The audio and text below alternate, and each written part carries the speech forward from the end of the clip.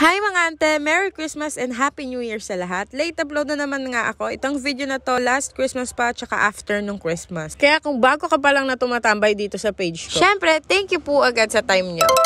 Meron nga lang akong konting clips nung Christmas. Hindi ako masyadong nakapag-video kasi naman full storage na yung cellphone ko. Kaya hindi ko na siya masyadong ginamit. Eto nga si Ashi ko. Tuwang-tuwa dyan sa may headband na yan. Marami nga din kaming nag-Christmas dito sa bahay. May mga pumuntang pinsan tsaka mga tita na nandito na rin nag-Christmas. Pinaglaro nga rin namin ng stop dance yung mga bata dyan. Kita nyo naman na tuwang-tuwa sila. After 2 days nga ay lumuwas kami papuntang Tarlac kasi hinatid namin yung kaibigan nila mama. Tuwang-tuwa nga rin ako sa saging na binigay sa amin. Tignan nyo at color green pa yung labas pero pwede nyo na siyang kainin. Parang color yellow na yung laman niya sa loob. Kala ko nga ay hilaw pa at matigas pero kinakain na nila kasi okay na daw kainin. At dahil nga rin sakto at birthday nga nung isa naming tita, pumunta nga kami ng palengke para mamili ng mga konting ihahanda para sa birthday niya. Ang dami nga rin dito nagtitinda ng mga tuyo, daing, tinapa, dilis, mga ganon. Lalong-lalo na ng mga bagoong alamang manyan o bagoong isda. Nako, napakarami dito. Paano ba naman Ilocano kahihilig sa mga maaalat? Bumili nga rin ako ng 2 kilong chicken wings para naman gawing naming buffalo. Huwag kayo mag-alala at wala akong video ng finished product.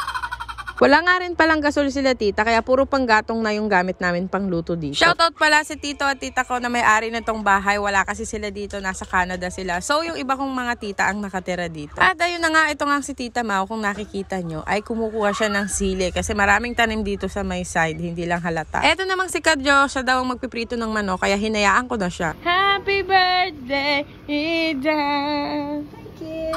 Ito pala yung tita kong may birthday si Tita Da. Pangiti-ngiti lang yan. Paano ba naman kasi? Meron ba kayong titang hindi nagagalit? Yan yung tita ko na yan. Siya yung tita na ka-vibes mo, nakala mo kaedad nyong magpipinsan, gano'n. Ito naman si Papa, tamang relax lang dito sa labas. Mas makakatulog daw siya dito kaysa dun sa loob kasi ang ingay ng pinto dun sa loob kada mayroong lalabas at papasok. After ilang minutes nga rin ay nag-start na nga magluto tong si Kadjo. Fast forward nga, nakakain na kami, nakalimutan kong mag-video. After nga namin kumain, ayan, ang sabi ni Papa, magpapaagaw daw siya. Kaya sabi ko sa kanya, hawakan mo tong cellphone ko at i-video mo kami.